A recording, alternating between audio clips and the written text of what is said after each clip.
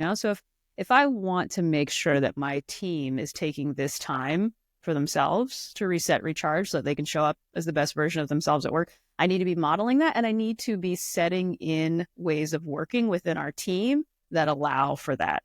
And it can be something so simple as, you know what? I have a certain work-life integration that maybe I'm hopping on my email at 8 o'clock at night to check through things. If I'm going to hit send on something, it's going to be with a delay delivery, that it does not arrive into that person's inbox until business hours the following day.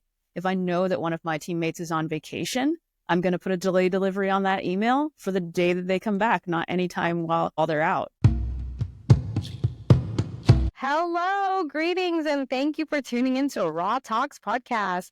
This podcast is designed to provide an open space for women and allies from all walks of life to share their stories about struggle and triumph to achieve their goals, reminding you that there is no limit to what you can achieve. I'm so excited to introduce our guest today, and she's got a great story to share. Joining me today, I have on the show is Derika Legg. Derika has spent over 20 years building and developing high-performance teams as a people leader in business and as an athletic rugby coach. Woo-hoo, go woman! She's taken this along with many hours of training as a certified coach to help teams and individuals navigate change. She works with coaches, athletes, and business professionals, to focus on personal development to maximize potential. All right, Derrika, it's such a pleasure to have you on the show. I'm so looking forward to our conversation. But before we dive in, I'm curious, what are you looking forward to from our conversation today? I think it's awesome to connect with any other coach. So first off, thank you for having me, Raihana. And I think that, as you talk through the mission of what you do and why you do it, and this podcast, it very much aligns with, I think, what many of us are looking to do in coaching, and just helping people connect with others and then figure out what their development path is forward. So very excited for the conversation. Absolutely. Well, I'm so glad that there is a mutual benefit and connection here. And we're not even we're just getting started. We haven't even dived in, right? So speaking of diving in, to kind of lighten things up before we go deep, because we have a few topics for listeners to really sink their teeth into as we continue the conversation. Let's lighten up first by talking about what's something that you're passionate about. Oh, man. Well, my first love, while I'm known for rugby, my first love is actually beach volleyball. So I grew up in Florida. I am actually a native Floridian. There aren't many of us. Most of us are transplants when you go visit Florida. But I grew up on the beach, in the sand, in the sunshine, and just fell in love with beach volleyball, indoor volleyball as a kid. And so quite often, if you can't find me out on the rugby pitch, you will find me out on the beach in San Diego playing beach volleyball. How interesting. I actually played volleyball as my first sport on a team. Like, I call it football. I hate calling it soccer. I call it football. But I love football. I never played for a team, but I actually kind of accidentally got into volleyball in high school and loved it so much. That's so funny. What made you choose volleyball? Like, other than being a native Floridian, like what really excited you about the sport? Yeah, I was one of those kids that as soon as I could get onto the junior varsity team, I played every sport that was possible, right? So when you're in elementary school here in the U.S., you can generally play somewhere between 4 and 5 sports a year. And volleyball was one of those ones that I got involved in very early, and also had the opportunity to play at a club level and start to travel around to different cities, different areas of the country, meet other people, and just build this really strong bond with all of the other young women that were playing with me. And so I had this sense of community, and the sport opened up so many other opportunities for travel and exploration. And so it always stuck. Plus, I think, beach volleyball, any opportunity to get my toes out in the sand and get my face in the sunshine, I'm in. That sounds like you're creating happiness from this time you were very young in life through sports. Sounds amazing. So, and I heard you also say you mentioned rugby, and I know from your background on your website, you played competitive rugby. And I'm curious, what inspired you to play that particular sport for 15 years after hearing that you really loved being in the sun and playing volleyball? Yeah, I went away to college, left Florida, went away to college at Loyola down in New Orleans. And my freshman year there, I played volleyball, indoor volleyball, and just felt like I wasn't really connecting with the rest of the players. And so my sophomore year, a few friends had decided to start a rugby team on campus, and they asked if I wanted to come join. At that point, I knew nothing about rugby, had never seen a game. And so that was actually the real impetus for me to go do it. It's just like, something completely foreign. And so we Mm-hmm. had talked a few of the New Orleans women's club players come out and coach us, so we could figure this out. And from then on, I was just absolutely hooked. And so rugby is such a young sport in the U.S. that a lot of people that are my age started at some point, usually in college or, late teens, early 20s. It's really cool to see now how the sport has developed, and there are kids picking up the ball, as early as 3 years old. But for me, it was college, and I was hooked from then on. Wow, that's so cool. Like something that you're completely unassociated with, like have no idea what this thing is, but that mere fact is what fueled you to, I want to learn more. That sounds so opposite of what most people do. Like they're like, well, I know about this. I want to learn more about it. I want to get better in it. How does that resonate with you? And like, if people don't really follow that path like you did, what would you encourage others to try when Yeah, thinking I about mean, it from that lens? yeah, I think I was really taught this from a young age. My Mm. grandmother was super involved in raising me, and we were constantly learning and playing new games. She taught me how to play tennis. She taught me how to play pool. She taught me how to play cards. So many different card games. We'd go walk the game aisle at the local store and pick up whatever game we had never played before, come home, figure it out, and play it for, hours and hours on end, week after week. And so I think from an early age, that curiosity and I think really a willingness to be okay not knowing and to be okay making mistakes was just instilled very early on. Wow. Yeah, that back to like coaching, right? Because I know you relate to this. It's so much connected to what you learned growing up and how it drives the belief system that we have, which drives every single decision that we make in our life, whether we know it or not, and how it's connected to our belief system. And how fortunate you were to have your grandmother instill those values and those beliefs in you that you can do whatever it is. Doesn't matter if you know nothing about it or something at all. Like there is no limit to what you can achieve. You just have to put your mind in it. And that's amazing that you learned it so early on. I'm curious, because you're not only like a leader in rugby, but you're also you were a leader in corporate industry. How did that, knowing that if there's something foreign, I can use it to my advantage, help you in both aspects of that? Yeah, I mean, I went to school for communications, thought I was going to get into marketing, advertising. I graduated the year right after 9/11. And Mm-hmm. so this was a field where a lot of companies were cutting back on it. There just weren't jobs. So I happened to be at a job fair at the end of my senior year. And one of the tables at the job fair that really didn't have anyone going over to it was a table that had the HR director of Heineken. So the beer company Heineken was there. I strolled over to him just because he was not inundated with, other students trying to pass along resumes, and struck up a conversation with him. That ended up leading to my very first job out of college. And the reason I point to that in regards to your question is before I met him, I had not had a Heineken. I was not a huge fan of beer.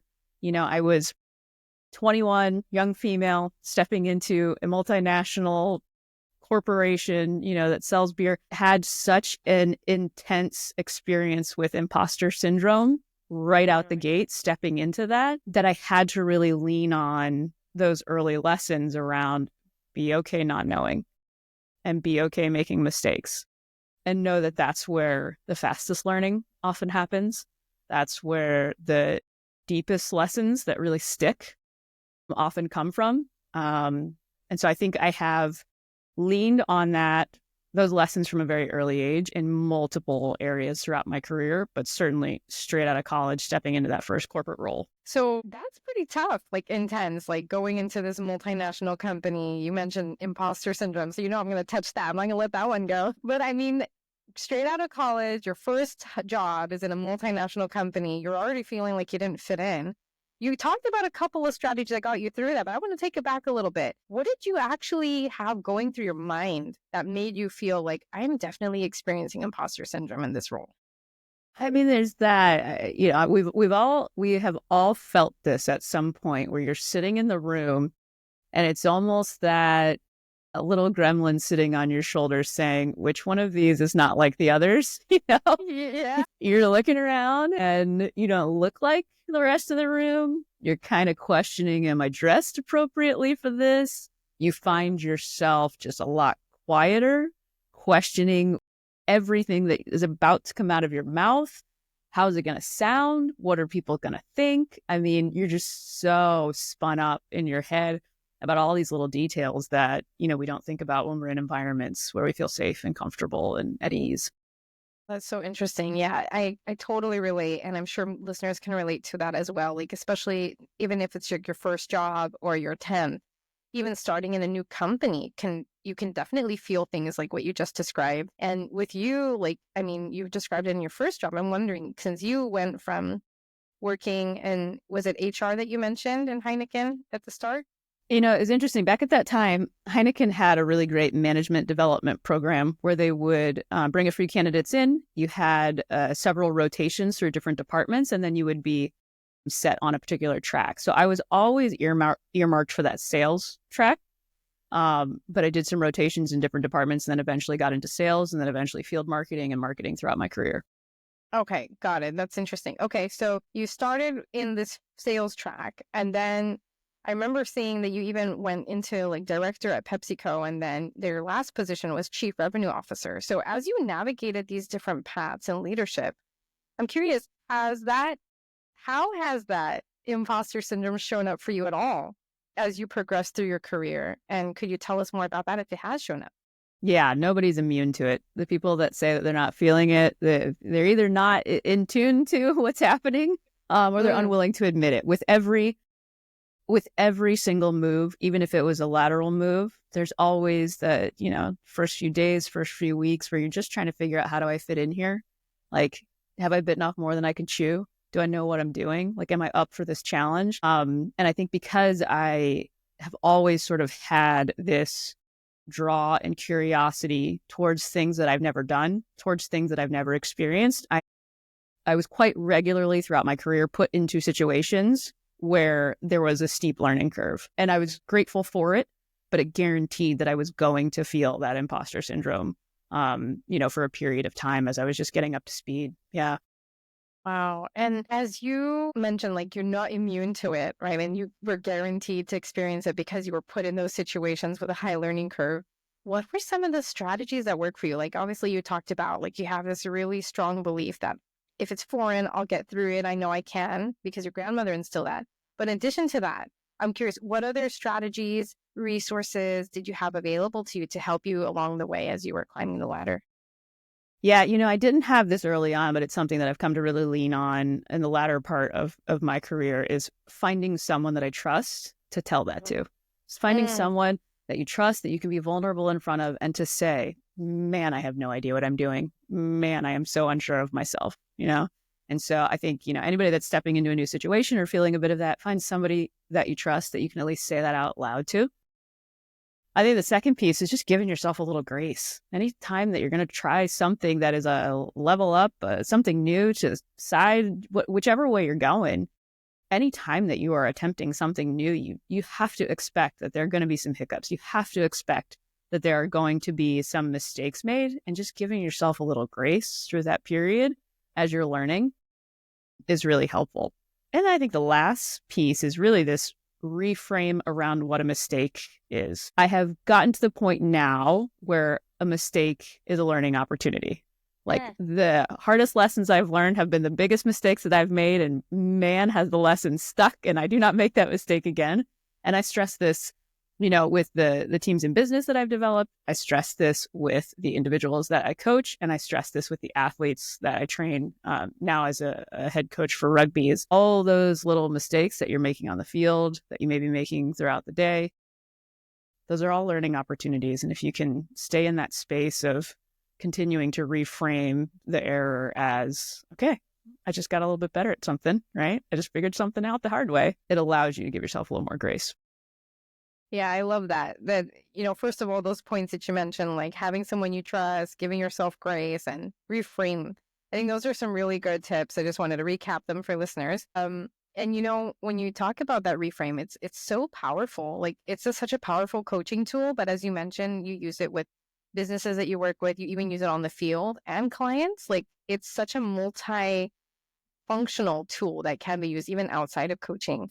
And speaking of like working with business partners and leaders, let's talk more about your leadership roles and how you were able to give yourself grace and even create work-life balance for yourself. So you were a VP, and I mentioned even had like a C-suite role.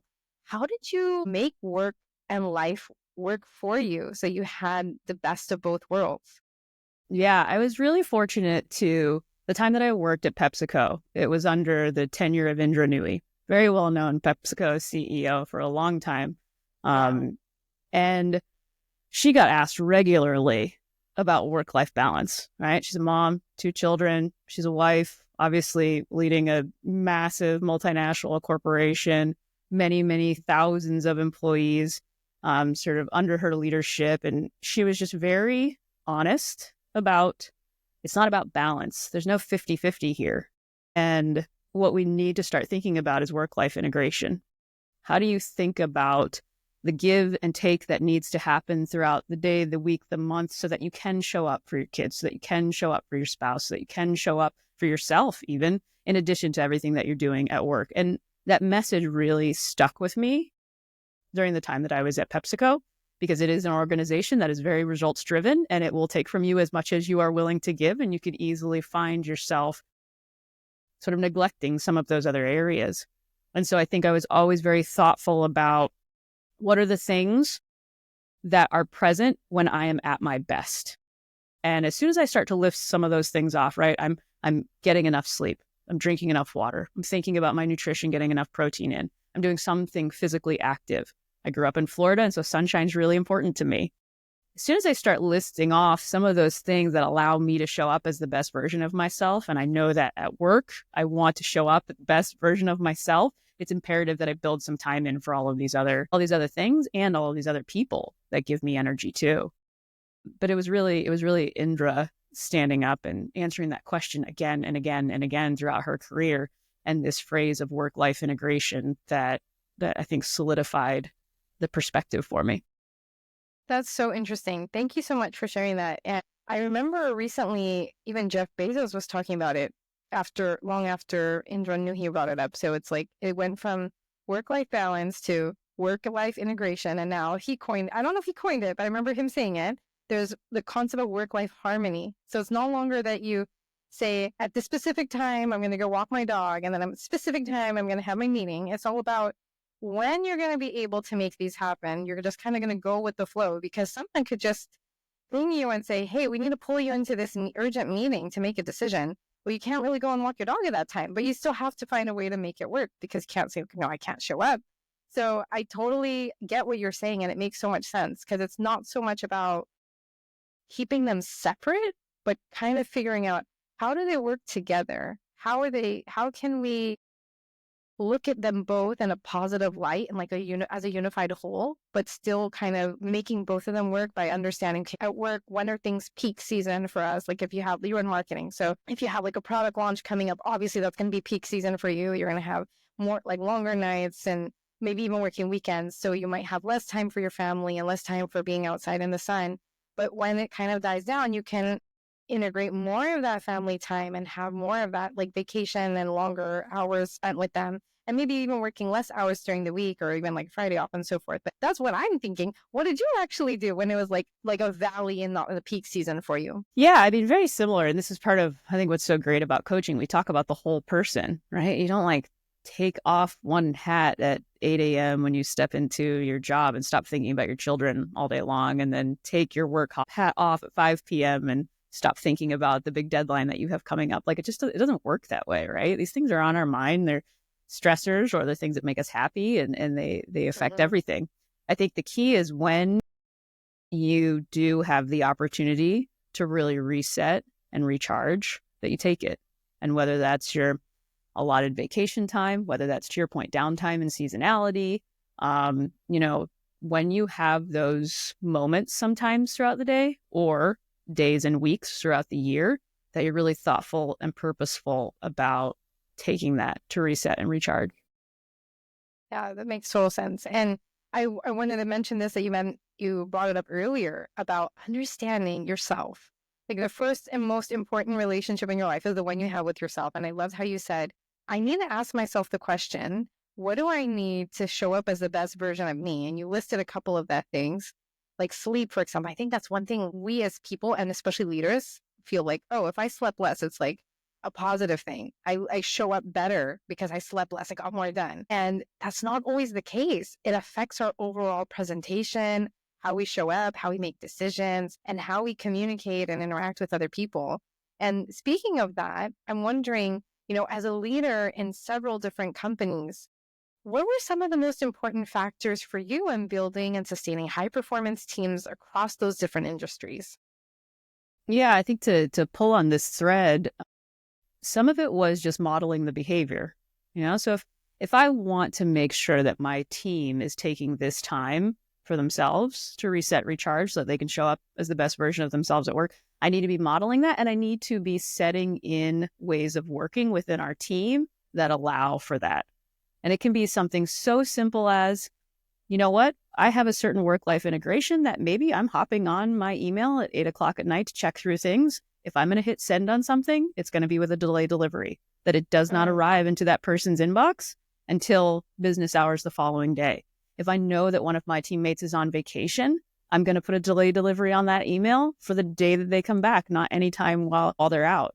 And I think those little things that we can do as people managers to just sort of follow through on the standard that we're trying to the standard we're trying to set, to not only model the behavior, but put in the ways of working that also allow our employees to do some of this, has been a really important part of getting to building a high performance team, is making sure that everyone does have an opportunity to go take what they need and do what they need to come ready to go. Yeah. Wish I was working under you at your time when you were in these industries. That sounds amazing. I actually had a manager, no, a director who followed similar principles as you, like leading by example. And I love how you said that if you choose to work at 8 o'clock at night and check your email, like my director would say, sometimes I jump on my email on Sunday at 1 o'clock and I'm there for like 2 or 3 hours and I didn't expect it. But when you just mentioned, like, I'm going to delay send, you said it was a little thing. But I'll tell you, that's a huge thing for the individual contributors. As soon as you see an email come through from your higher up, you're automatically thinking like, oh my God, I got to respond right away. And I know listeners can relate to that. Like the pressure just starts building. And so it's so nice and refreshing to hear you consider it as a little thing that you can do to help build high performance teams. But I can just imagine the impact of the people that were under you and that you served, how much it affected them in such a positive way and how they were able to show up and be strong and deliver really positive results. Did you notice any changes as a result of implementing any of these strategies? And what did you observe?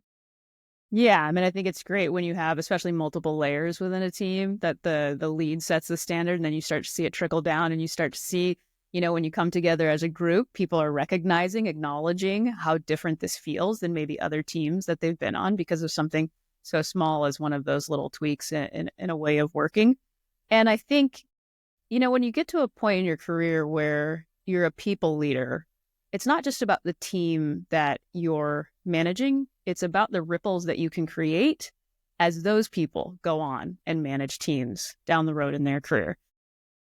Both at Heineken, at PepsiCo, at some of the other organizations that I've worked at, I've had an opportunity to build sales teams, generally with, very young, green, new employees coming in.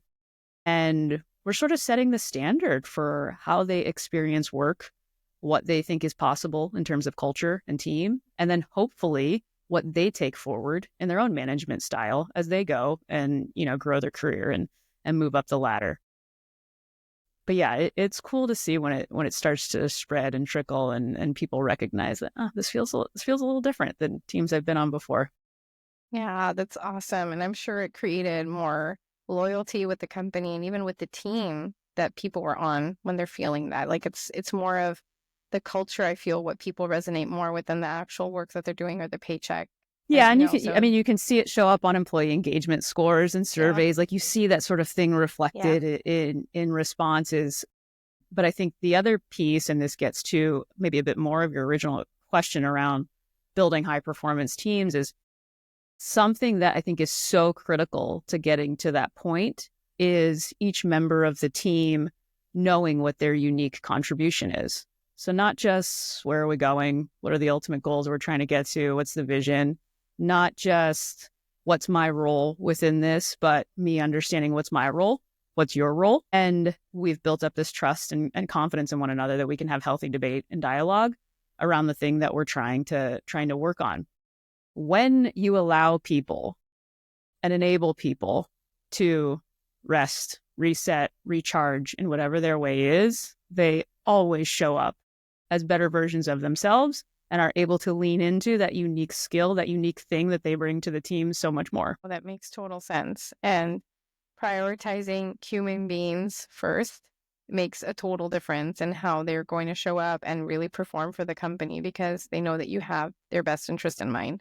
I think that goes back, like, if you know, do you know about Maslow's foundation of needs? Have you heard about that before? Yeah, the hierarchy, yeah. The hierarchy, yeah. It just reminded me of that concept just now when you said that when you like show up for people, they'll show up for you. If those needs are not fulfilled, like they don't feel like they're working in a safe environment, they're taken care of, it's much harder for them to focus on how can I access my creativity and really access this problem-solving decision-making skills to perform at my best because they have this like underlying fear of, oh, I'm going to get fired or my boss doesn't really trust me. And it actually just penetrates through all these other layers of us and affects how we show up, how we talk, how we then make decisions and so forth. But we don't really even know what's the underlying issue. And that's where coaching comes in. It's a great opportunity to kind of dive into that and dissect those layers. One more question I wanted to ask for you related to leadership before we dive into another topic. You know, you're a brown woman. I'm wondering, what are some of the challenges that you faced as you climbed the corporate ladder? Because I cannot imagine it was an easy climb. So I'd love to hear what are some of the challenges you faced and how did you overcome some of those? Yeah. My dad is Black. My mom is white. And so, there are some times where I can be in an environment and someone thinks that I've got some Latin descent, or I had someone tell me I had a really great tan just this past weekend. And I was like, I got a head start on you. But yeah, I mean, when I stepped into the beer industry, 20 plus years ago, yeah, it still is a very, very white, male dominated industry.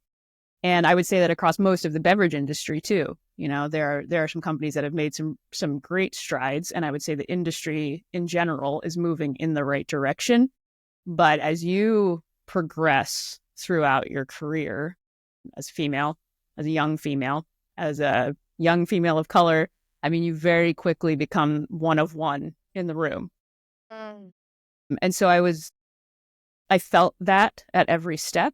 I'm sure it contributed to some of the imposter syndrome along the way as well, because again, it just adds to the, man, I don't look like anybody else in this room. I was fortunate to work for organizations that rewarded results, that rewarded the how of getting to the results. And so I got a lot of opportunities to continue to progress because of hard work and because I had, people managers and advocates that also believed that, the look and feel of the industry and the organization needed to continue to evolve.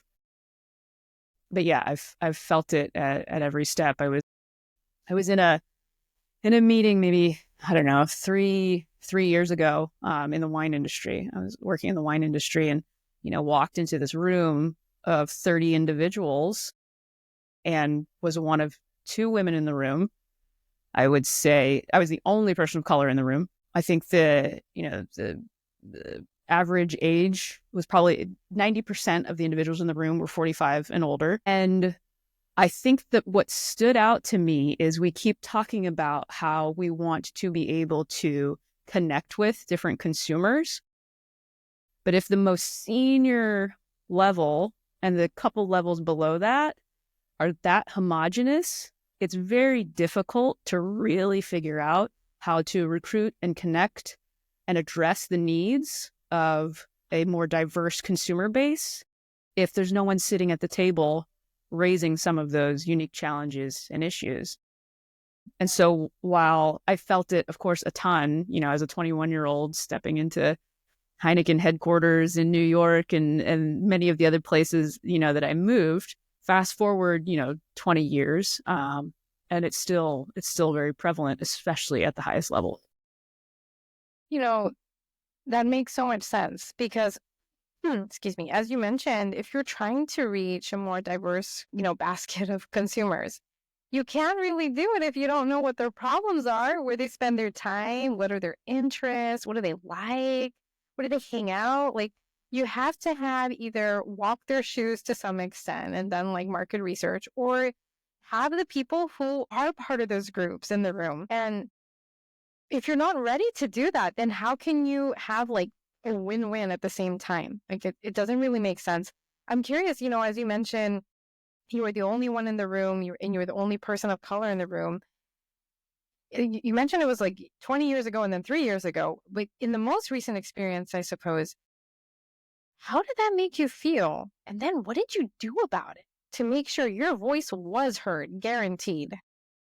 Yeah, I think, I've experienced imposter syndrome enough to know the situations that I'm going to step into where that's going to be present, right? So anytime I'm taking on something I've never done before, stepping into a new role, a new company, new organization, I expect some of that.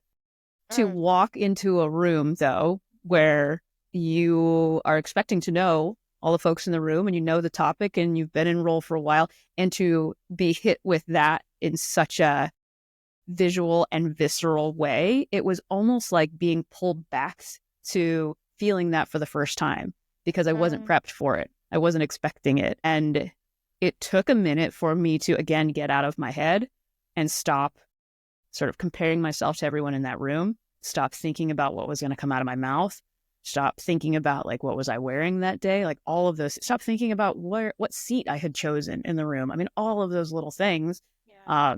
It was just so distracting until I could like just center and take a few breaths and pull myself back up out of that and remember why I was really there. But it's just so, it's so jarring when it happens. It's so distracting when it happens.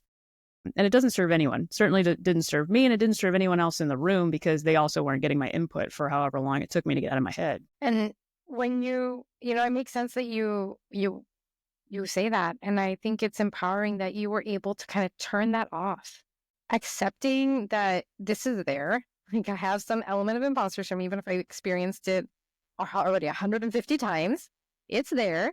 But I'm going to just turn it off for now, not let it distract me. And how empowering is that? So that you can just focus on the task at hand and what you're here to do. And when you were able to do that, I can't imagine that the folks in the room were like turning their heads and ready to listen once you opened your mouth. How did you garner their attention to command the room and the space for yourself so that you were heard and your ideas were implemented? Yeah, I mean, I think in that point, you lean back on the things that have gotten you to where you are, right? You're thoughtful about what you're saying. You have considered all of the data that you have available. You're respectful in disagreeing with other people, but direct in challenging. And so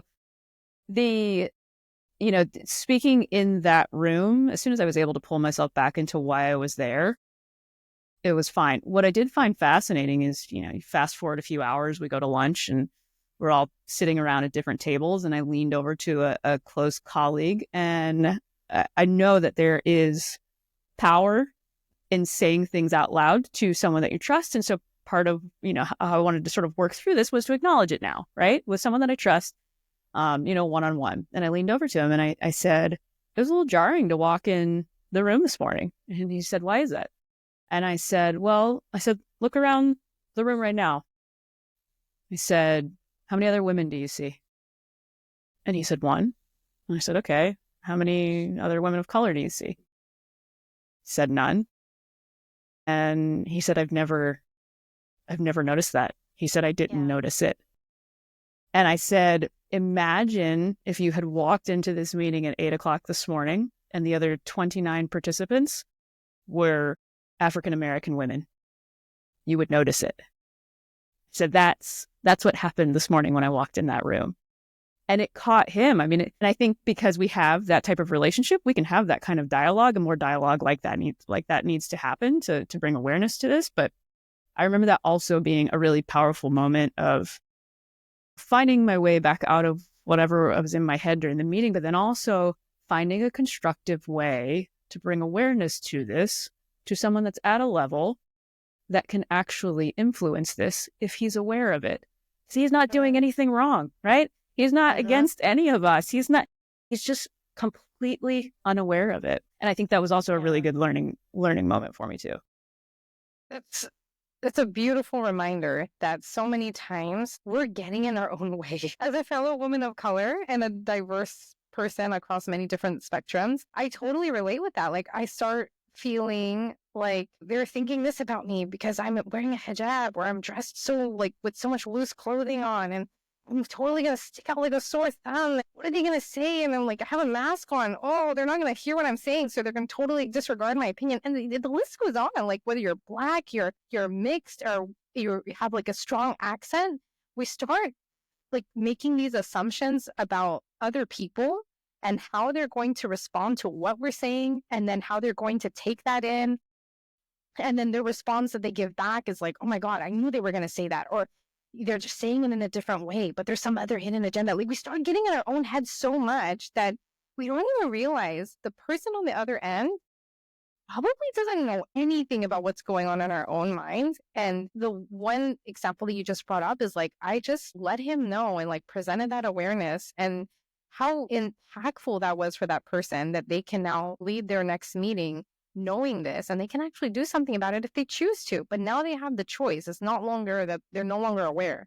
Now they're empowered to make a choice. Am I going to do something or I'm not going to do something? And the hope is they will do something to make it more comfortable for other people in other rooms. He's someone that I do consider as an empathetic leader. Like, he's very conscious of how his team is feeling, how he's feeling, the impact on them. And so just that realization that he just really wasn't aware. And so that ability to just give him a glimpse. I mean, empathy is all about this ability to project yourself into someone else's shoes, into someone else's scene, so that you've got a bit more of that perspective in the way that you are operating in the world. And so, the ability to just give him that little window and draw some sort of comparison for him. We all need to figure out constructive ways to do that. Absolutely. And in a respectful way too. Sometimes we can get so much in our own head, we become like a little bit more aggressive about it and how we're telling. And that itself can affect the whole outcome that we're looking to achieve. So we need to be really careful and mindful of that. And, speaking of that, and wanting to create more awareness, I'm curious, as a female leader in sports and business, how have you navigated and overcome sexism in both of those areas? Yeah. When it comes to rugby, I think the really only time where I've encountered that in rugby is one of the first questions that I and many other female rugby players get is, women can play that? Women play that? It's like, it's like, there's so many other sports where that question would not even occur to you, but we field that question a lot. People ask, well, what rules are different, for women? The ball's smaller, the field's smaller. I'm like, no, everything's exactly the same.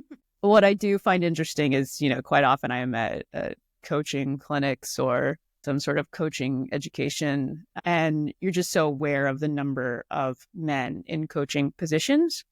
And I think it's more of asking myself, what is my role in enabling and empowering more women to get into coaching roles? I think in my work as a development coach, there are a lot of female athletes that come that I work with, and they want to somehow get into sports management. They want to somehow get into refereeing, coaching at a higher level. And there's still a lot of work to be done, I think, to bring some equality in some of those arenas and give these folks the, I think, courage to blaze some trails and bring some women behind them along the way so that we keep balancing this out. Yeah. Yeah, absolutely. And it makes sense that you would feel that way. I mean, when you have like softball versus baseball, it's like, oh yeah, the ball is bigger, and it's like it's not going to hurt you as bad when you get hit. So I feel like it makes sense. But at the same time, it's like, again, that whole awareness piece. If you don't know, you will ask. So it's about, I think it goes both ways. Like, for our side to be more graceful in receiving the question. And on the second part, for the person asking, to try to be a little more mindful in how you're asking, because you're not sure if it'll come across offensive. And there's no way to really know it until you ask, right? So it's like, don't be afraid to ask, but try your best to make an effort in asking in a respectful way. And on our side, trying to receive it in a more compassionate, graceful way at the same time. So I think that was a nice example. Have you ever experienced that, like sexism or anything in any of the industries that you worked in? And how did you overcome that? Yeah, I mean, I think it's sometimes it's kind of tough to tell when I think back early on in my career, or was some of the missed opportunities to be heard because of my age, or because of my gender, or because of the color of my skin. I mean, there were definitely some instances and situations where it was as if there was an entire conversation happening in the room and I was not a part of it. And it's sometimes difficult to tell which was the factor there. I think the time that I experienced it the most is I went and worked in the Middle East. And so living in Dubai, working on a project across the UAE, Bahrain, Oman, Qatar, and it just being very front and center, the difference in how each gender is treated. Sometimes to my benefit, I remember going to get my driver's license in Dubai and walking into their equivalent of the DMV, and almost like a record scratch. And you see all of these men turn to look at you and just very quickly being ushered to the front of a line, probably past 20, 30 men, just to get all of the paperwork done and get me back out of there. So of course, a benefit there, but still makes you very aware that, this is not where you are wanted. And so there are different situations like that I have experienced throughout my career where I've been very aware that my gender was affecting the response that I was getting, the reaction that I was getting from others around me. And I think on the flip side, being in the alcohol industry, there were definitely times where I would cross paths with some other women in the industry that were very much using their gender as a means to get ahead, and also trying to explore within my own value system how I was going to handle that, whether it's the way you carry yourself, the way you dress, the comments that you're making, the so many things, especially once you mix alcohol into the situation, that can go wrong. And so I think it was just something that was always in my mind, even if there wasn't a very overt, explicit example or situation that happened. I was always very aware of being so far in the minority due to my gender.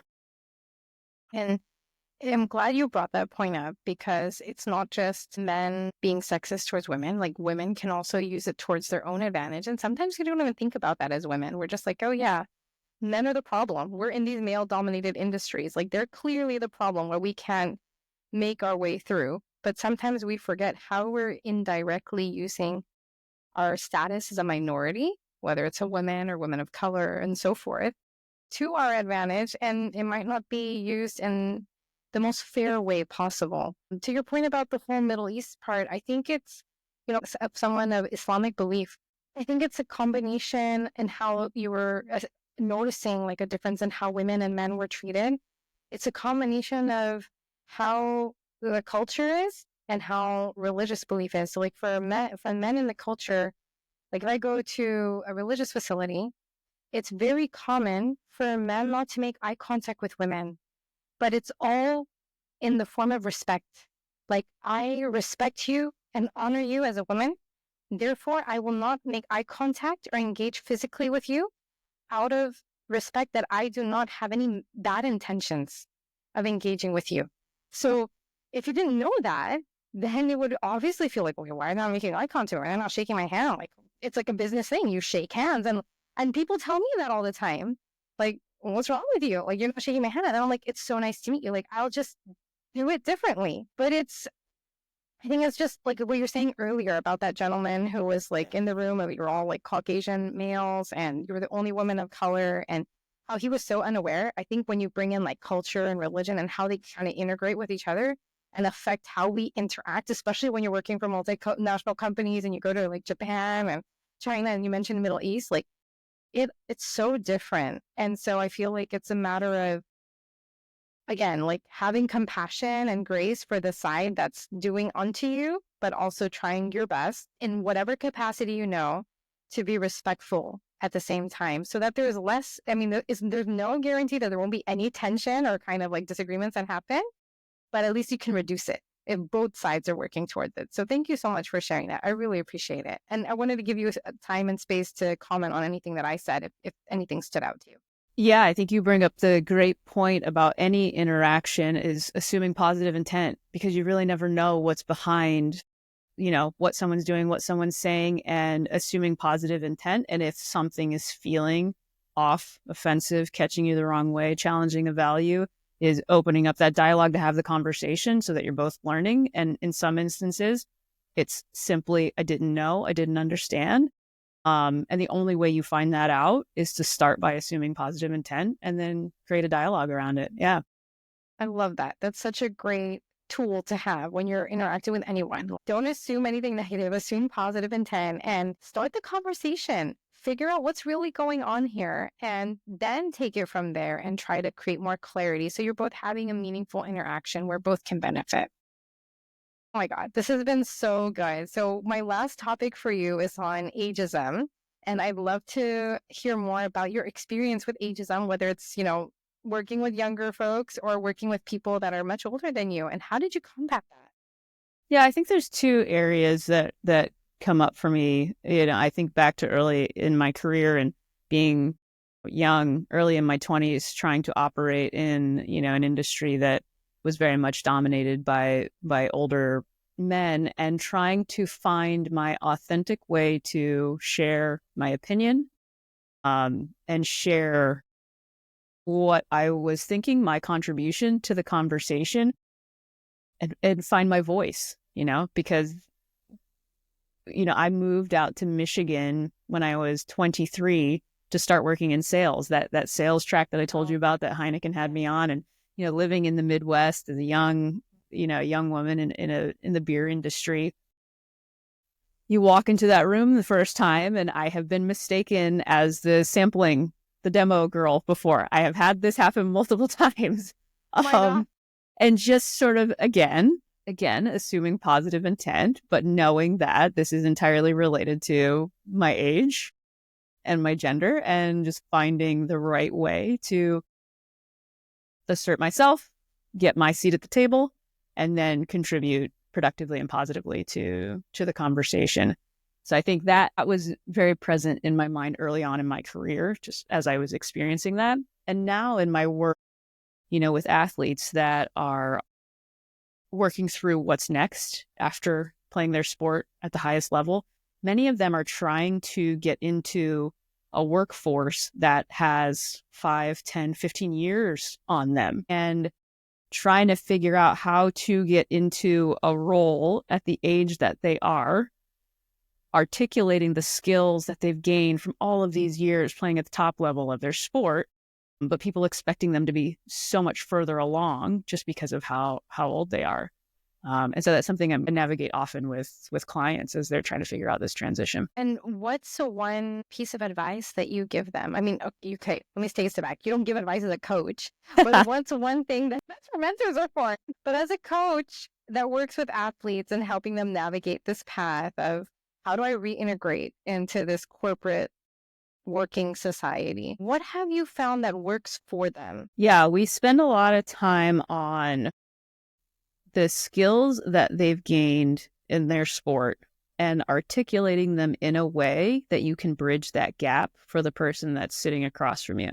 So just as much as an athlete that is stepping away from their sport in their early to mid 30s may not be able to project themselves into what a director, senior director within business has been doing for the last 15 years of their career, it's the same in return. Right? That person that you're interviewing with, whether that's HR representative or the hiring manager, cannot imagine what it has been like for the last 10, 15, 20 years of your life. Because some of these athletes have been training since they were young, very young kids. They cannot grasp what it has been like to walk in your shoes with this level of dedication and training regimen and giving every bit of yourself to this sport that you wanted to play. And so the skill sets, the soft skill sets are very similar, right? So I was talking to an athlete and she was saying, I'm sitting in interviews and I want to say to the person that I'm talking to that, like, when you've walked into the kitchen in the office and two people are having a very awkward, uncomfortable conversation because they can't figure out how to address conflict. She's like, guess what? We have to do that every single day out on the field. She's like, when you've been sitting in a meeting or in a presentation and the person up front is sweating bullets because they're so uncomfortable being in front of everyone trying to give this presentation. She said, guess what? We have to do that every single time we step on the field in front of a crowd. She's like, so we have all of these skills. We just have to figure out how to draw the connection so that the person sitting across from us understands that we've been demonstrating all of the things that you've been demonstrating, just in a completely different environment under different circumstances. I love that clear-cut example that you just shared about how from being in an awkward conversation and addressing conflict in the coffee room to sweating bullets and giving a presentation, you can make this connection immediately from what you're saying. And it just reminds me about some of the work that I do in the consulting side with personal branding. It doesn't matter what job you held, what industry you worked in, and what the title was. It's all about how you're taking what you did, what's most relevant to the job application you're filling out, and how can you then articulate that specific aspect, even if it's only 5% of what you did in that entire job that you held. Like, you have to articulate that as if it was 100% of what you did, and you just sell it. And in that way, I know you mentioned sales, so like we're all salesmen and salespeople, should I say, to get gender out of there. We're all salespeople to some extent when we're trying to get a job or get married and so forth. And you have to be on your game. You have to know yourself so well. And how can you articulate the right story, the right chapter of you to that person where it's most relevant? And that itself is an amazing skill to have, which I can tell you have, and you're teaching your clients to build that as well. And they're so lucky to have you as their coach. I mean, it's a huge passion point. And so it's a lot of fun working with this group for sure. Yeah. Wow. Well, we're at our last question, and I'm so sad we're already almost at time. But Derika, since I'm focused mostly on happiness for people and whatever way they choose to implement that in their life, I'm curious, what does happy mean to you? And how do you create happy in your life? I think over the years, I've begun to tie contentment to happiness when I can be in the moment and just calm and present, feeling whatever I'm feeling, and knowing that there's nowhere else I really need to be, nothing else I need to be worrying about, just contentment in where I am. That tends to bring a smile to my face. Yeah. And what does contentment mean for you? Like, how do you create that for yourself? I think part of it is just there's a level of gratefulness for what you have right then, right there in that moment. There's an acceptance that the to-do list will always be there. You never get a chance to cross everything off. And so at some point, you just got to sort of put pencil down. And I think back to our earlier discussion around just being aware of like how you're feeling physically, being able to be really present in what's going on for you, in your body in that moment. What a great way to end. Just focusing on contentment regardless of what else is going on in life. Because at the end of the day, whatever you have is what matters. And you should just be happy for it because somebody has a lot less than you do. And there's a whole lot for each of us to be grateful for. So thank you so much for that. I really appreciate it. All right, folks, we've come to the end of our time together today. And, I want to give a big shout out to Derrika for being on the show and sharing yourself wholeheartedly with us today. And I'm sure listeners are going to gain so much from your experiences and what you did as a leader and helping them build themselves as a leader as they go along.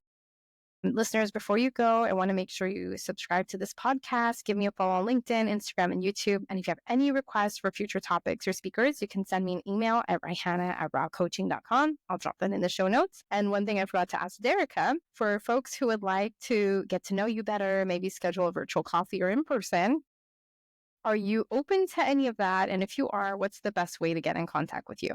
Of course, absolutely. I'm always happy to connect it and meet new people.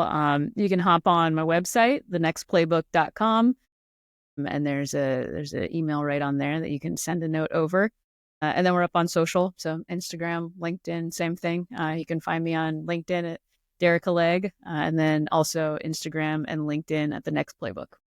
Awesome. Okay. And would you be okay if I drop those handles and your website in the show notes too for people to have easy Absolutely. access? Absolutely. All right. Thank you. Derrika, it's been a pleasure. I know this is not the last time we'll be talking, so I'm looking forward to our next conversation. Speaking of Next Playbook. Same. Thank you for the time today. All right. Thank you so much.